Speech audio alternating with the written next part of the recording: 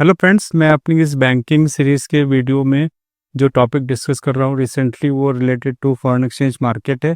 तो मैं इसको कंटिन्यू करूँगा आज अगेन। मैंने पिछले अपनी वीडियो में बताया था कि किस तरह से कि एक्सपोर्टर के पास जो उसकी करेंसी के जो एक्सपोजर्स हैं उसको हैच करने के लिए जो ऑप्शंस अवेलेबल हैं, फॉरवर्ड, फ्यूचर या ऑप्शंस। और मैंने अपनी लास्ट वीडियो में बताया था किस तरह फॉरवर्ड का प्राइस अराइव होता है। आज मैं थोड़ा इसको और आगे जाऊंगा इस टॉपिक के ऊपर और बताऊंगा कि किस तरह से ये जो तीनों टूल्स जो अवेलेबल हैं आपको अपने करेंसी रिस्क को हैच करने के लिए, कैसे इनमें डिफरेंशिएशन क्या है, मतलब किस तरह से ये आपस में डिफरेंट हैं देन अदर प्रोडक्ट्स। तो फर्स्ट जो है फॉरवर्ड है। फॉरवर्ड जैसे मैंने पहले ही बताया था, it is over the counter, जिसको ओटीसी बोलते हैं, प्रोडक्ट है। इसमें जो होता है दो बायलैटरल पार्टियां आपस में डिस्कस करके प्राइस डिसाइड करती हैं और उसकी और टर्म एंड कंडीशंस को डिसाइड करती हैं। तो वो जो दो पार्टियां जनरली जो होती है वो कस्टमर और बैंक रहता है जनरल, और बैंक और टू बैंक भी इस तरह के फॉरवर्ड कॉन्ट्रैक्ट बुक हो सकते हैं। जो फ्यूचर एंड ऑप्शंस हैं वो एक्सचेंज पर ट्रेड होते हैं, और इसके अलावा जो ऑप्शंस है वो ओवर द काउंटर पर ट्रेड होता है, जिसमें कि कस्टमर और बैंक आपस में ट्रेड कर सकते हैं। दो बैंक भी आपस में ऑप्शन की ट्रेडिंग कर सकते हैं, या डील करने का जो इसका जो मैकेनिज्म है वो तीनों का थोड़ा सा डिफरेंट है। फॉरवर्ड ओवर द काउंटर है प्योरली, फ्यूचर्स प्योरली एक्सचेंज के ऊपर ट्रेड होता है, जैसे कि आपका एनएससी हो गया या बीएससी हो गया। और जो ऑप्शंस है वो ओवर द काउंटर और एक्सचेंज दोनों पर ट्रेड हो सकता है। इसके बाद जो नेक्स्ट है वो आपका सेटलमेंट है कि सेटलमेंट कैसे होता है।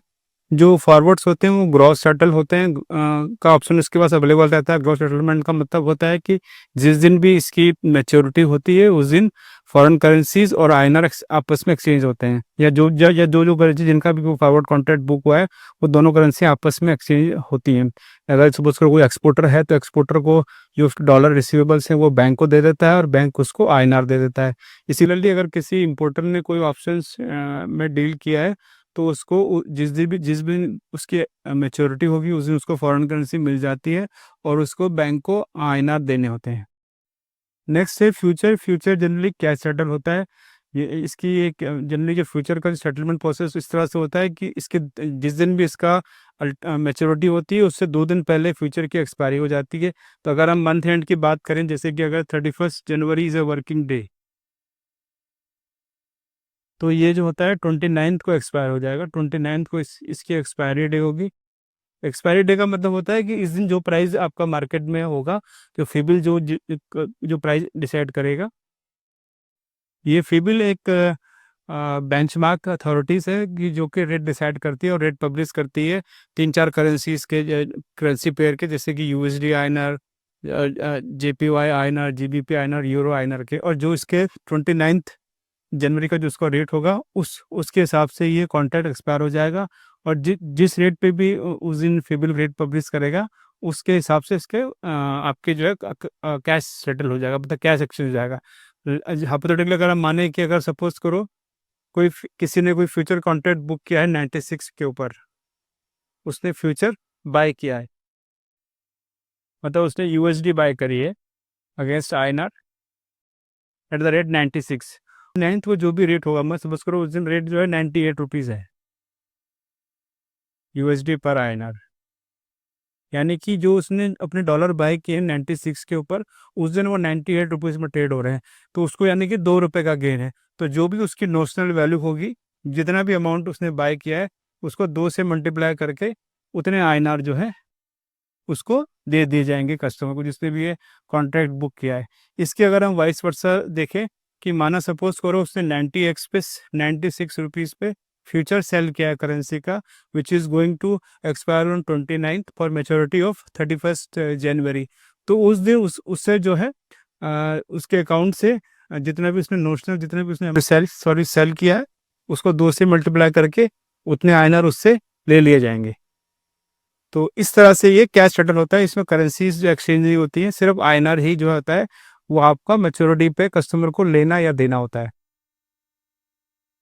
जो सेटलमेंट ऑफ ऑप्शन है वो भी कैश सेटल होता है। जो सपोज करो आपने कोई पुट ऑप्शन बाय किया है, माना अगर 96 रुपीज़ पे, पुट ऑप्शन का मतलब होता है आपके पास राइट है कि आप 96 रुपीज़ पे करेंसी को सेल कर सकते हैं बैंक को।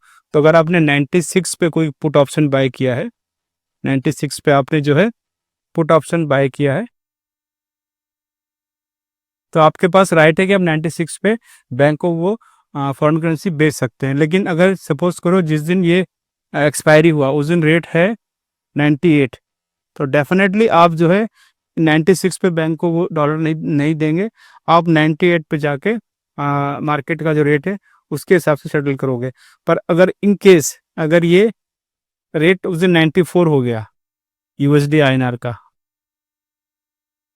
तो डेफिनेटली आपको इस ट्रांजेक्शन में 2 रुपये का गेन है। तो 2 रुपया 2 रुपीज़ 2 रुपीज़ जो नॉशनल अमाउंट का जो आपने ऑप्शन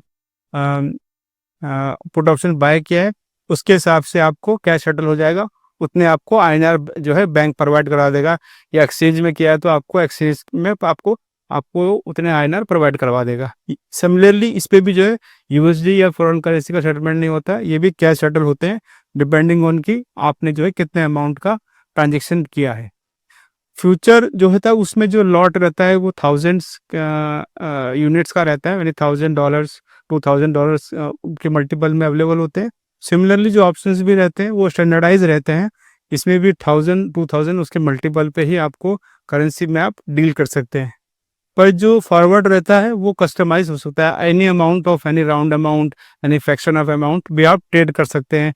जैसे कि सपोज करो आपके जो रिसीवेबल्स आने वाले हैं जो आपने पे करने हैं वो फ्रैक्शन में है, सपोज जैसे वो 24,520 आपका अमाउंट आपका कोई रिसीवेबल आने वाला है, तो आप 24,520 भी बुक कर सकते हो फॉरवर्ड कॉन्ट्रैक्ट 24,520। तो इसमें इसमें कस्टमाइजेशन पॉसिबल है। लेकिन अगर आप उसी को अगर आप हैच करेंगे फ्यूचर या ऑप्शन के थ्रू तो आपको $24,000 ही बुक कर सकते हैं, 520 आपको ओपन रखने पड़ेंगे, या आप 25,000 बुक कर सकते हैं। तो इसमें जो होता है कोई स्टैंडर्डाइज तरीके से होता है, इसमें कोई भी कस्टमाइजेशन पॉसिबल नहीं होता। और सिमिलरली अगर आपके सपोज करो आपने कोई कॉन्ट्रैक्ट किया हुआ या आपने कोई एक्सपोर्ट का ऑर्डर है आप, लेकिन वो कैंसिल हो गया है, आप जो है डिलीवरी नहीं कर रहे हो या आप उस ऑर्डर को फुलफिल नहीं कर रहे हो, तो आप इसको कैंसिल कर सकते हैं, फॉरवर्ड कॉन्ट्रैक्ट को कैंसिल कर सकते हैं। बट जो आपके जो फ्यूचर और जो ऑप्शन रहते हैं वो कैंसिल नहीं होते, वो जस्ट रिवर्स होते हैं, मतलब उसके अपोजिट आपको टेंशन करनी पड़ती है। जैसे कि अगर आपने कोई फ्यूचर में करेंसी वो बाई किया हुआ तो आपको फ्यूचर में करेंसी को सेल करना पड़ेगा, वो कैंसिल नहीं होती है एक्सचेंज के ऊपर। सिमिलरली ऑप्शंस भी हैं, अगर आपने पुट ऑप्शन बाय किया हुआ है तो पुट आपको उसका रिवर्सल करना पड़ेगा, आपको पुट ऑप्शन सेल करना पड़ेगा, तब जाके आपका ये जो ट्रांजेक्शन है वो रिवर्स हो जाएगा।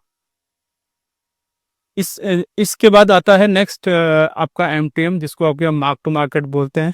फॉरवर्ड कॉन्ट्रैक्ट जो रेगुलरली बैंक एमटीएम करता है, तो इसमें जो आपका जो एक्सपोजर रहता है वो आपका उसकी जो मॉनिटरिंग रहती है वो करंट एक्सपोजर का जो कॉन्सेप्ट है उसके हिसाब से रहती है। करंट एक्सपोजर का मतलब रहता है जो भी इसमें आपके नेगेटिव वैल्यू रहेगी आपके फॉरवर्ड कॉन्ट्रैक्ट की, प्लस जो इसकी पोटेंशियल फ्यूचर एक्सपोजर रहेगा, दोनों को ऐड करके जो भी अमाउंट निकल के आता है उतने अमाउंट से आपसे या तो कैश ले लिया जाता है, या अगर आपके पास कोई लिमिट अपने बैंक से ले रखी है फॉरवर्ड कॉन्ट्रैक्ट बुक करने की, उतनी लिमिट ब्लॉक कर दी जाती है बैंक के द्वारा।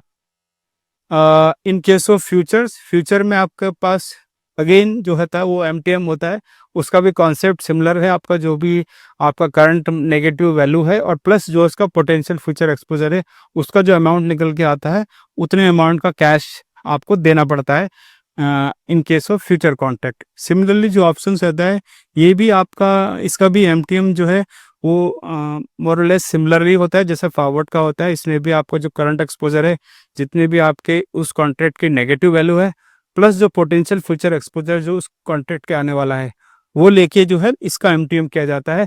इन केस आपने अगर ऑप्शन सेल किया हुआ है, अगर आपने ऑप्शन बाय किया हुआ है, यदि आपने कोई पुट ऑप्शन बाय किया हुआ है, तो जब आप ऑप्शन बाय करते हैं तो आप एक प्रीमियम बैंक को देते हैं, वही प्रीमियम जो होता है इसकी कॉस्ट रहता है। उसके बाद और कोई भी किसी तरह का और चार्जेज या एमटीएम जो है आपसे एक्सचेंजर बैंक रिसीव नहीं करता है। तो in case of forward MTM is regular, मतलब it is regular feature. In case of future MTM is regular feature. But in case of options, अगर आपने ऑप्शंस को सेल किया है, मतलब जनरली आप ऑप्शन सेल भी कर सकते हैं, अगर आपने ऑप्शन सेल किया तो उसका एमटीएम जो होता है वो आपसे लिया जाता है ऑन कैश बेसिस। पर अगर आपने ऑप्शन बाय किया तो उसका कोई भी एमटीएम नहीं होता, उसकी जो भी कॉस्ट होती है वो प्रीमियम में लोड हो जाती है और वो आपसे अपफ्रंट ले ली जाती है। इसके बाद है जो इसका डाउन साइड है, फॉरवर्ड जब आप बुक कर लेते हैं तो आपका डाउन साइड प्रोटेक्ट हो जाता है, लेकिन जो इसके पोटेंशियल गेन है जो आपके अगर करेंसी आपके फेवर में फ्यूचर में जिस दिन आ जाती है या जिस दिन आपका एक्सपायरी हो रही है उस दिन करेंसी आपके फेवर में आ गई, तो आप उस फेवर को इसमें एंजॉय नहीं कर सकते हो, क्योंकि आपने जो है अपना जो है वो फ्यूचर जो रिसीवेबल्स है वो कॉन्ट्रैक्टेड कर दिया है बैंक के साथ।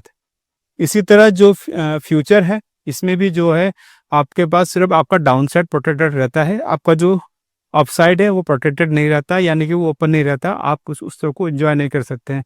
लेकिन जो ऑप्शंस में जो ऑप्शन में अगर आपने ऑप्शन बाय किया है, जैसे कि आपने इस केस में देखा था कि आपने जो है 94 रुपीज़ पे कोई ऑप्शन बाय किया है, पुट ऑप्शन की 94 रुपीज़ में आपके पास राइट है कि आप उसको बेच सकते हो किसी भी बैंक के पास, लेकिन अगर रेट 98 चले जाता है तो आप इस ऑप्शन को एक्सरसाइज नहीं करते हैं, आप सीधे जाके मार्केट में 98 पे अपने जो भी आपके रिसीवेबल्स हैं उसको बेच सकते हैं, और जो आपकी कॉस्ट रहेगी वो भी सिर्फ आपका प्रीमियम रहेगी जो आपने अपफ्रंट जो है बैंक को या कल एक्सचेंज को दिया रहता है। ऑप्शंस में एक और जो टर्मिनोलॉजी है जो यूज़ होती है वो यूरोपियन एंड अमेरिकन ऑप्शंस है, मैं थोड़ा इसको बताना चाहूँगा। यूरोपियन जो ऑप्शंस रहते हैं वो मैच्योरिटी में ही इसकी यूटिलाइज किए जाते हैं, मतलब सपोज करो अगर आप जनवरी का ऑप्शन की बात कर रहे हैं तो उसकी एक्सपायरी 31 जनवरी को होगी, और सॉरी उसकी मैच्योरिटी 31 जनवरी को होगी और उसकी एक्सपायरी 29 जनवरी को होगी। उसी दिन इसको आप एक्सरसाइज कर सकते हैं, उससे पहले आप इसको एक्सरसाइज नहीं कर सकते। पर जो अमेरिकन ऑप्शंस रहते हैं वो आप any time during that this tenancy of this जो भी इस टेनर है इस ऑप्शंस का, कभी भी आप उसको एक्सरसाइज कर सकते हैं, ये अमेरिकन ऑप्शंस की फीचर है। तो अब अपनी इस वीडियो को मैं यहीं एंड करूँगा। मैं अपने अगले कुछ नेक्स्ट चैप्टर में ऑप्शंस फ्यूचर और फॉरवर्ड के बारे में और डिटेल में बताने की कोशिश करूँगा। अगर आपको फर्दर कुछ जानकारी प्राप्त करनी है तो आप मुझे कमेंट कीजिए और मेरा चैनल सब्सक्राइब कीजिए और